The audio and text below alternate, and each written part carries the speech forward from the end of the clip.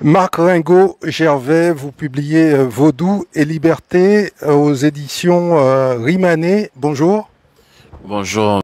Est-ce que vous pouvez nous parler de vous? Quel est votre parcours? Donc, Marc Ringo Gervais est né à Pétionville, comme je le dis constamment. Je suis né en Haïti, à Pétionville, la seule ville qui porte le nom d'un héros national haïtien. Donc, la ville de Pétion. Je suis un trentenaire et ancien étudiant à l'université de Guyane. Je viens d'obtenir une licence en histoire et je compte certainement, bon, j'ai aussi mettre le pied dans l'étrier, surtout dans le monde de l'écriture avec Vaudou et Liberté. Donc je pense pouvoir certainement aller plus loin et pour continuer à partager, à faire des analyses plus profondes sur la thématique et tout ce tout ce qui concerne certainement l'idée de vouloir déconstruire, de rechercher et les contre-vérités qui nous ont été imposées par la force et aussi, surtout, par des mesures coercitives.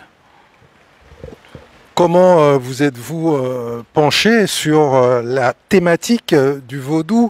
Donc, et j'ai pris vraiment le motif vraiment qui m'a suscité à écrire, pas seulement écrire, mais avant d'écrire, mais surtout de penser, de réfléchir. Avant de le faire, et j'ai pris plutôt un bon moment pour pouvoir me débarrasser de la peur et de la crainte religieuse qui m'a été inculquée et aussi de vouloir moi-même et faire une analyse introspective sur ce que c'est d'abord l'haïtien intrinsèquement.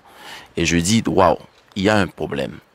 Il faut certainement aller dans les méandres de l'histoire pour pouvoir certainement trouver le pourquoi le vaudou a été banalisé, stéréotypé et même décrié comme une religion luciférienne, méphistotélique.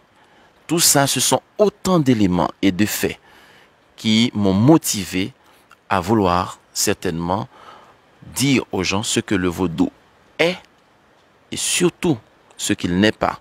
Et je peux même ajouter ce qu'il ne sera jamais, une religion. Alors, le vaudou, ce sont des sacrifices humains, des sacrifices également d'animaux. C'est également des sorts que l'on jette sur des personnes. On assimile souvent la pauvreté en Haïti au vaudou. Qu'est-ce que vous répondez à cela? Donc, on a commis cette erreur-là il y a 3 siècles. Le fait d'assimiler le vaudou à une religion, mais surtout la mauvaise. Donc, nous avons une vision manichéiste du bien, du mal, alors que dans le vaudou, il n'y a pas de bien, il n'y a pas de mal. Il y a les faits. Il y a les faits, donc ça engendre des conséquences. À chaque action que nous me pose, ça engendre des conséquences. Le vaudou, au contraire, il est plus utile à l'humain de son vivant parce qu'il aide l'humain à surmonter les exigences quotidiennes de la vie. Donc, ce n'est pas une manifestation onirique. Au contraire, il nous éloigne de la rêvasserie. Donc, quand on dit que le vaudou, c'est ce qui détruit Haïti, je me demande si je possède une arme. Est-ce que c'est l'arme qui est le problème ou l'usage que je vais faire de l'arme qui posera problème surtout. Donc, le fait de dire qu'Haïti est le problème d'Haïti, Haïti n'était pas comme ça dès le début. Il y a eu le vaudou depuis les années 1500. Il y a eu le vaudou depuis les années 1500. Parce que les esclaves, le vaudou a fait un grand voyage par l'Atlantique à travers les humains, surtout qui viennent particulièrement de l'Afrique de l'Ouest, amenés de force en Amérique pour pouvoir travailler dans les champs de canne. Et c'est là que le vaudou va devoir performer, donc jusqu'à certainement aider ces humains-là à retrouver leur liberté. Donc on ne met pas l'accent sur la liberté, l'aspect liberté du vaudou, mais on le conçoit comme étant de l'esclavage même, comme une condition d'illotisme. C'est plutôt une façon certainement de marquer la différence entre le christianisme C'est ça, c'est la raison pour laquelle on voit que le vaudou, on dit que le vaudou, on prétend que le vaudou, c'est la plus mauvaise chose qui puisse exister au monde. Telle n'est pas la vérité. Ce n'est pas. Donc, ce serait une vision simpliste et réflective de ce que c'est le vaudou. Pourquoi on ne fait pas une analyse, une dialectique sur le vaudou au lieu, à bout de champ, de dire que ce n'est pas bon. Pourquoi? Parce que ça vient de l'Afrique de l'Ouest. Parce que ça a un rapport étroit avec l'esclavage, partant la liberté des humains. Là, c'est la question qu'il faut poser. Donc, Haïti n'est pas pauvre. Haïti a été appauvri, surtout. Donc, ce qui crée, un pays, c'est une matière inerte. Le peuple est vivant. C'est le peuple, ce sont des hommes et des femmes qui font un pays. Donc, si le capital humain haïtien est structuré, est performant, Haïti, tout simplement, va sortir de l'ornière, de la dèche, de la pauvreté, de la promiscuité absolue qu'elle s'est plongée il y a bien des lustres. Parce que Haïti, certainement, on n'est pas sans savoir qu'Haïti a payé une double dette, certainement, à la France coloniale, à la France coloniale. Donc, il y a ça. Et ensuite, il y a les internalités et les externalités qu'il faut considérer. Donc, ce n'est pas seulement les étrangers, quand on dit qu'on doit pointer, on doit indexer les étrangers sur le sort d'Haïti, mais il faut aussi prendre du recul pour revenir sur les internalités, les risques, les problèmes que nous autres Haïtiens, nous sommes en train de créer pour nous-mêmes. Parce que nous sommes en train souvent de jouer à la victime subjective pour aussi obtenir ce que nous ne méritons pas. Donc, il y a une question de mentalité. Ça, il faut certainement faire évoluer la mentalité en Haïti et concevoir, constituer Haïti avec un regard plus neuf, un regard de grand caractère. Ce n'est pas le vaudou qui a le problème, parce qu'il y a le vaudou du côté, tout près de la Guyane, là, on pratique le vaudou. Peut-être un aspect du vaudou, le candomblé. Cuba, notre voisin, c'est Santeria. Tous ces pays, il n'y a pas tous ces problèmes humains qui se posent.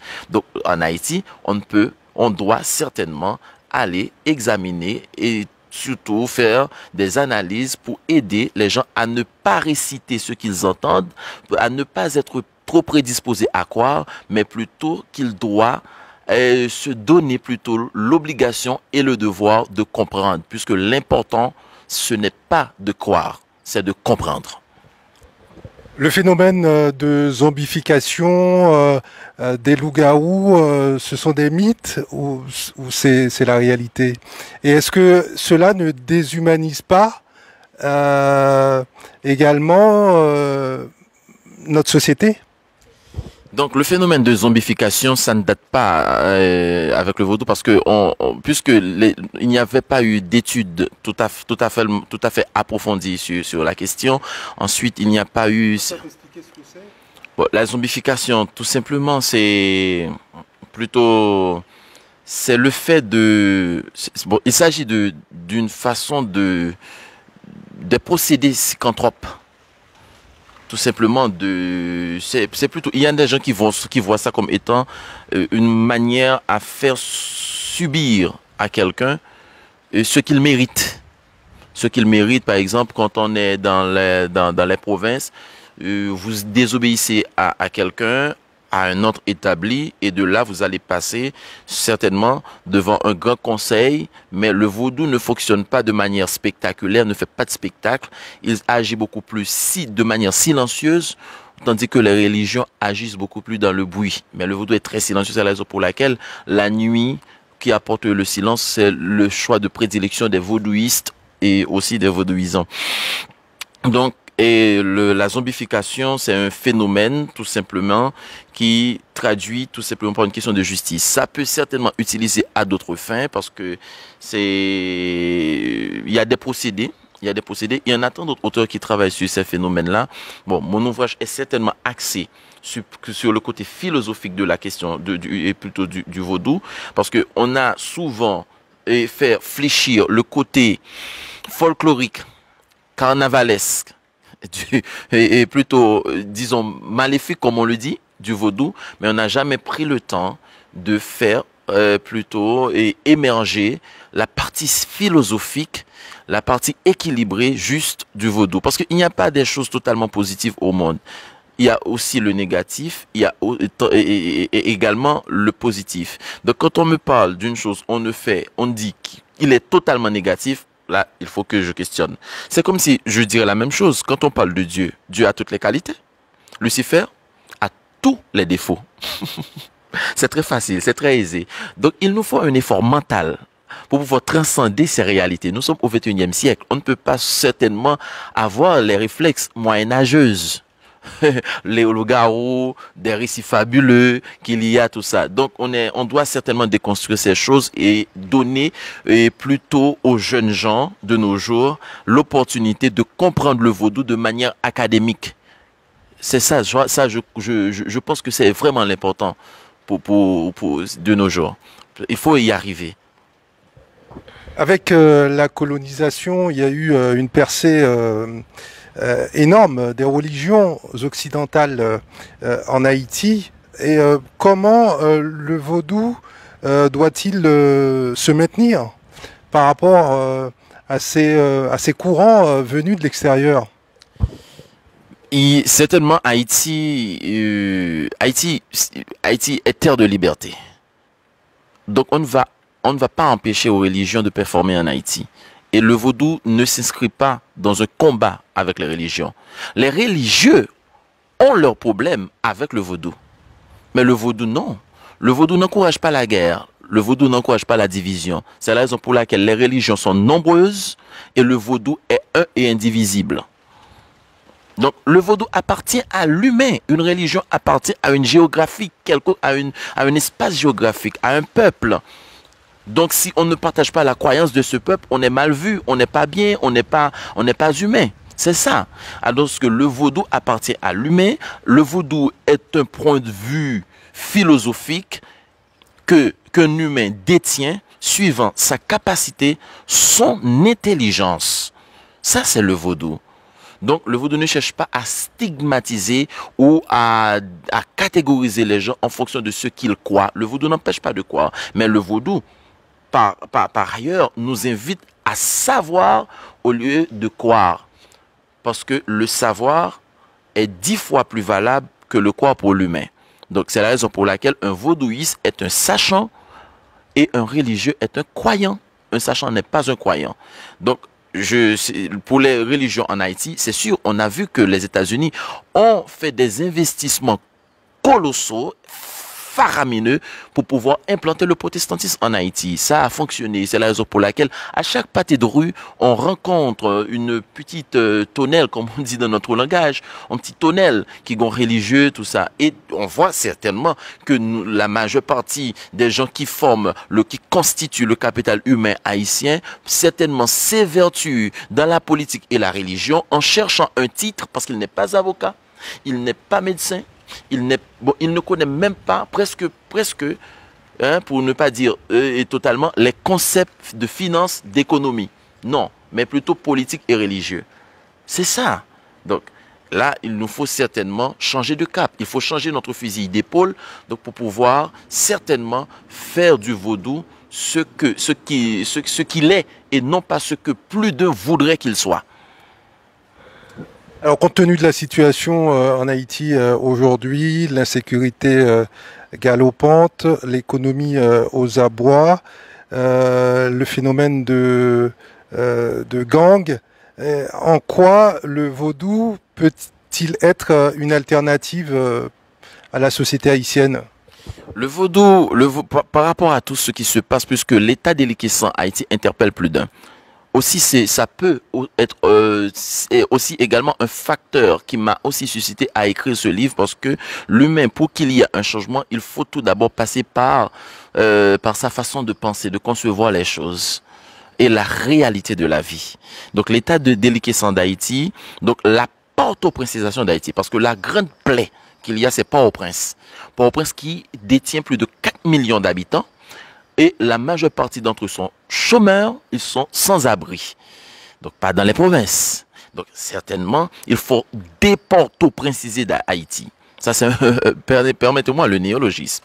Donc, des Port-au-Prince d'Haïti, c'est-à-dire, c'est justement créer des ouvertures, des opportunités dans les villes de province pour et certainement libérer un petit peu et de permettre à Port-au-Prince de respirer plutôt, parce que il y a massivement la majorité du peuple haïtien qui se concentre à Port-au-Prince. Donc c'est un terrain idéal et propice pour faire des soulèvements, pour faire de la foultitude dans les rues pour rien. Donc à ce niveau, donc pour ce qui se passe, le vaudou peut toujours jouer un rôle important. Mais il ne faut pas le prendre dans son sens religieux. Si on le prend dans le sens plutôt, dans l'aspect philosophique, en mettant en exergue les caractéristiques plutôt axiologiques, donc de valeur du vaudouiste, ça peut certainement aider le peuple haïtien qui se trouve mentalement dans un état de délabrement. Là, certainement, parce que le vaudou peut jouer toutefois un rôle thérapeutique. Un rôle thérapeutique, donc quand je dis thérapeutique, c'est ça aussi la politique. La politique, c'est de proposer une guérison. Donc une guérison à un corps malade. Si le corps social est malade, donc il nous faut des solutions thérapeutiques. Pourquoi on parle souvent du vaudou de manière toxique et non thérapeutique? Le vaudou certainement peut jouer un rôle très important et essentiel dans la renaissance d'Haïti. Partant, il faut prioriser, il faut donner la primauté au côté thérapeutique et non toxique. Parce que depuis des siècles, on en parle toujours du côté toxique et cela ne vient pas de nous, cela ne vient pas de notre analyse, surtout nous autres Haïtiens, afro-descendants, africains, tout ça, cela ne vient pas de nous, cela vient d'ailleurs. Donc quelle est notre réflexion nous-mêmes sur le vaudou? Donc, est-ce qu'on va certainement rester dans le cadre folklorique? Parce que le vaudou est une valeur. Regardez, quand les religions dans la Genèse a fait du travail une punition, une malédiction, parce qu'on dit, monsieur Adam, on va vous chasser du jardin et vous allez travailler à la sueur de votre front pour pouvoir soutirer votre nourriture. Donc, c'était une malédiction dans la Genèse. C'est plus tard qu'ils ont vu que l'erreur, peut-être je ne dis l'erreur, peut-être il se peut que ce ne soit pas une erreur, mais plutôt une stratégie religieuse. C'est dans la parabole des talents que Jésus va arranger ça, qui va donner une valeur au travail. Alors que le vaudou a toujours primé le travail à travers Cousin Zaka. D'ailleurs, la classe ouvrière en Haïti porte toujours le costume, plutôt la tenue traditionnelle haïtienne qui s'appelle Carabella. Si dans les Antilles, on a Madras, bien que les Madras, ça ne vient pas aussi des Antilles, mais je crois que les Antilles ont adopté cette tenue-là. Pour Haïti, c'est Carabella. Donc, que ce soit pour les femmes aussi, il y a Cousin Zaka. Donc, la classe ouvrière est représentée dessus. Donc, dans le vaudou, on combat l'assistance, la charité. On prime la méritocratie. Et la démocratie comme concept de liberté n'est pas étrange au vaudou. Il faut y voir tout ça. Donc, le vaudou bien conceptualisé, bien arrangé, peut certainement plus être performante que le socialisme, que le communisme. Cet antagonisme dont vous parlez entre les religions et le vaudou, est-ce que ce n'est pas une vue de l'esprit, puisque en pratique, l'haïtien, le jour, il va prier dans les églises catholiques notamment, le soir, il va participer aux cérémonies de vaudou. Est-ce qu'il ne pratique pas les deux en même temps? Est-ce qu'il n'a pas trouvé finalement son équilibre entre les deux, à la fois les religions d'une part et le vaudou de l'autre? Donc tout simplement, ça a été aussi, il faut y voir dedans un produit de l'histoire. Parce que le vaudou était interdit. Toutes les pratiques, toutes les mœurs africaines étaient interdites autrefois dans la colonie. Là, on est dans ce que plus d'un, par exemple, Roger Bastide et d'autres auteurs de l'anthropologie appellent plutôt syncrétisme. Syncrétisme. Donc un mot qu'on n'arrive pas vraiment à détacher du lexical anthropologique de manière religieuse, surtout sur le plan religieux. Donc on est dans ce rapport-là, parce que bon, il y en a d'autres qui appellent plutôt ceux qui le pratiquent de telle façon, le catholique et le vaudou catho-vaudouisant. Mais les gens n'y voient aucun inconvénient d'être catholique et d'être vaudouisant ou vaudouiste. Parce que c'est une philosophie. Donc quand la Grèce antique connaissait de sérieuses ambiguïtés au niveau de sa société, c'est à ce moment que la philosophie grecque allait performer. Donc c'est à ce moment que Socrate allait questionner pas mal de choses. Avant Socrate, il y avait eu quoi? Il y avait eu des réflexions sur la nature. Donc ces gens qui faisaient la réflexion sur la nature, on les appelait présocratiques. C'était des physiologues. Physiologue, c'est un mot qui vient du grec physis, qui signifie la nature. Ils questionnaient l'eau, l'air, les anaximandres, tous ces gens-là, anaximènes. Avec Socrate, on va placer la philosophie sur l'humain. Pourquoi Socrate a pris cette décision de centrer la philosophie sur l'être humain, au lieu que seulement sur la nature? C'est parce qu'il y avait un problème humain en Grèce à l'époque. Surtout avec l'émergence de l'écriture alphabétique. Parce que c'était une technologie puissante que les sophistes utilisaient juste pour saouler le peuple. Et Socrate a dit, fais attention, l'écriture, certainement, ça peut être du poison, ça peut être aussi une guérison. Il faut faire attention, il faut faire bon usage. Donc il y a des gens qui disent que Socrate était même là pour combattre l'écriture. C'est pas ça. Et c'est la même chose qu'on pose par rapport pour le vaudou. On dit oui, le vaudou pose problème, mais le vaudou, plus d'un y voit dedans une médecine. Parce que à travers le vaudou, des gens pensent pouvoir certainement connaître les vertus curatives. Et ils s'excellent à vouloir connaître, à travers le vaudou, à vouloir connaître les vertus curatives des plantes. Le vaudou nous invite aussi à protéger la nature. Par exemple, la source, il dit que la source est sacrée. Ce table est sacré. Il ne faut pas le couper. Tout ça. Donc, tout ça, c'est dans le vaudou. Il y a pas mal de valeurs. Donc, pourquoi, certainement, on se laisse emporter par la visibilité des choses, des gens qui font des choses folkloriques, au lieu de transcender tout ça pour comprendre le vaudou. Je crois que la majeure partie des gens qui voient le vaudou comme étant quelque chose d'ignoble, s'ils étaient aveugles, ils verront le vaudou plutôt avec les yeux de l'esprit. Et de là, il aurait pu certainement avoir une meilleure compréhension du vaudou. Parce que les yeux nous empêchent de voir, d'entrevoir l'essentialité des choses. Ça, c'est ce qui pose problème à nos autres humains. Donc, c'est un ouvrage qui se recommande de lui-même à tout humain, puisqu'il parle de liberté. La liberté concerne l'humanité. C'est pas l'indépendance qui concerne peut-être un groupe, un pays, un territoire, mais c'est la liberté. Je ne dis pas vaudou et l'indépendance, je dis vaudou et liberté. Certainement, il y a des gens qui simplement qui simplement prendre le plaisir, le malin plaisir de mettre le curseur sur le vaudou sans le déplacer sur la liberté. Or, la liberté, c'est le Dieu sacré, consacré du vaudouisme et partant le plus grand de tous les bienfaits qu'un être humain, homme comme femme, peut détenir. C'est la plus grande valeur qui existe. Liberté en économie, liberté dans le travail, liberté dans tout. L'être humain sans liberté était concevable.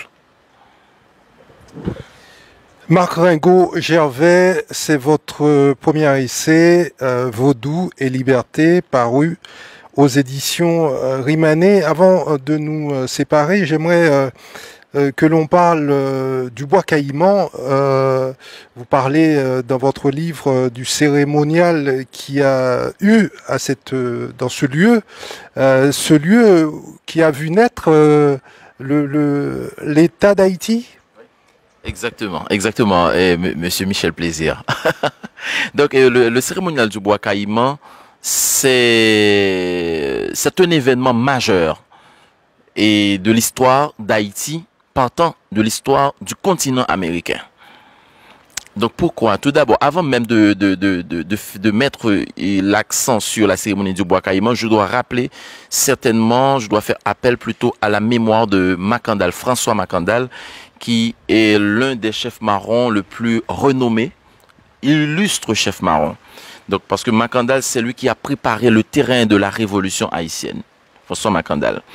Donc, il travaillait certainement dans les plantations, mais un accident, de moulin. Tout ça, il a perdu son bras et plus tard, il était obligé à garder les animaux, tout ça. Et c'est à ce moment qu'il commence à connaître les plantes, à connaître ce que c'est l'empoisonnement. Donc, il va certainement utiliser le marronnage Ok, il va utiliser le marronnage comme étant d'une façon réticulaire. Quand on dit réticulaire, de manière à vouloir faire un réseau, créer un réseau. Donc réticulaire pour pouvoir combattre l'esclavage. Donc c'est le même endroit. Bois-Caïman, c'était le même endroit que Macandal réunissait autrefois avec ses adeptes. Je dis ses adeptes, ses compagnons. Ses compagnons. Donc Macandal est mort en 1758. Il a empêché aux colons d'alors de dormir tranquille pendant 18 ans. Macandal, il avait des habilités pour la musique, pour la sculpture, pour pas mal de choses en réalité. Donc, 33 ans après, bon, Macandal est mort en 1758, en janvier 1758, et plutôt, il a été brûlé vif au Cap Haïtien, au Cap Français, pardon, c'était Cap Français à l'époque. Et 33 ans après, parce que dans la même année, Dessalines, Jean-Jacques, bon, c'est pas Dessalines, moi j'ai beaucoup de réserves sur Dessalines. Je préfère de dire Jean-Jacques. Jean-Jacques dit Dessalines. Parce que pour moi, j'ai certainement des ambiguïtés en appelant celui-là Dessalines. Dessalines, ça fait référence en Haïti à un lieu, pas à une personnalité de l'histoire d'Haïti, en réalité. Celui qui a marqué singulièrement l'histoire d'Haïti s'appelle Jean-Jacques. Jusqu'à date, je ne sais pas s'il y en a d'autres personnes qui peuvent certainement aller vers ce postulat, mais à travers des documents aussi, j'ai pu, aussi par moi-même, et à travers mes recherches, je vois que c'est Jean-Jacques aussi. D'ailleurs, quand il est sacré empereur sous le nom de Jacques Ier et non Dessalines Ier. Et quand on a voulu certainement honorer la mémoire de ce dernier par la construction d'une forteresse dans les hauteurs de Pétionville, le fort a été dénommé plutôt a porté le nom de Fort Jacques. C'est pas Fort Dessalines, c'est Fort Jacques. Donc, ce sont des non-dits de l'histoire d'Haïti, parce que l'histoire d'Haïti est émaillée il y a émaillé de non-dits. Donc, à ce niveau, je dirais que le cérémonial du Bois-Caïman, c'est dans la nuit du 14 août 1791, où c'était plutôt une réunion des humains esclavagés de l'époque qui a pris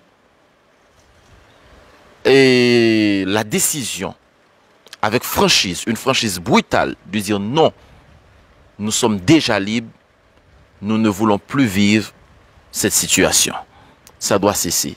Donc c'est le cérémonial du Bois-Caïman, pour beaucoup d'historiens, ça marque c'est l'acte fondateur de la révolution haïtienne, et c'est ce qui a conduit aussi à l'indépendance d'Haïti le 1er janvier 1804.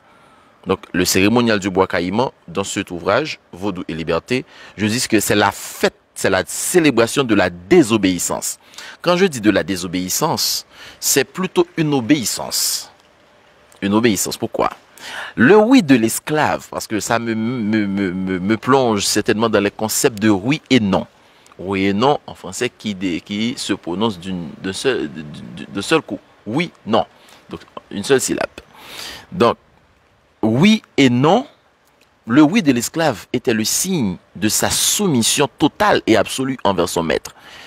L'esclave ne pouvait pas dire non à son maître. D'ailleurs, quand un enfant dit non à ses parents, même s'il est petit, c'est déjà un signal d'autonomie qu'il envoie. En disant non papa, je ne veux pas.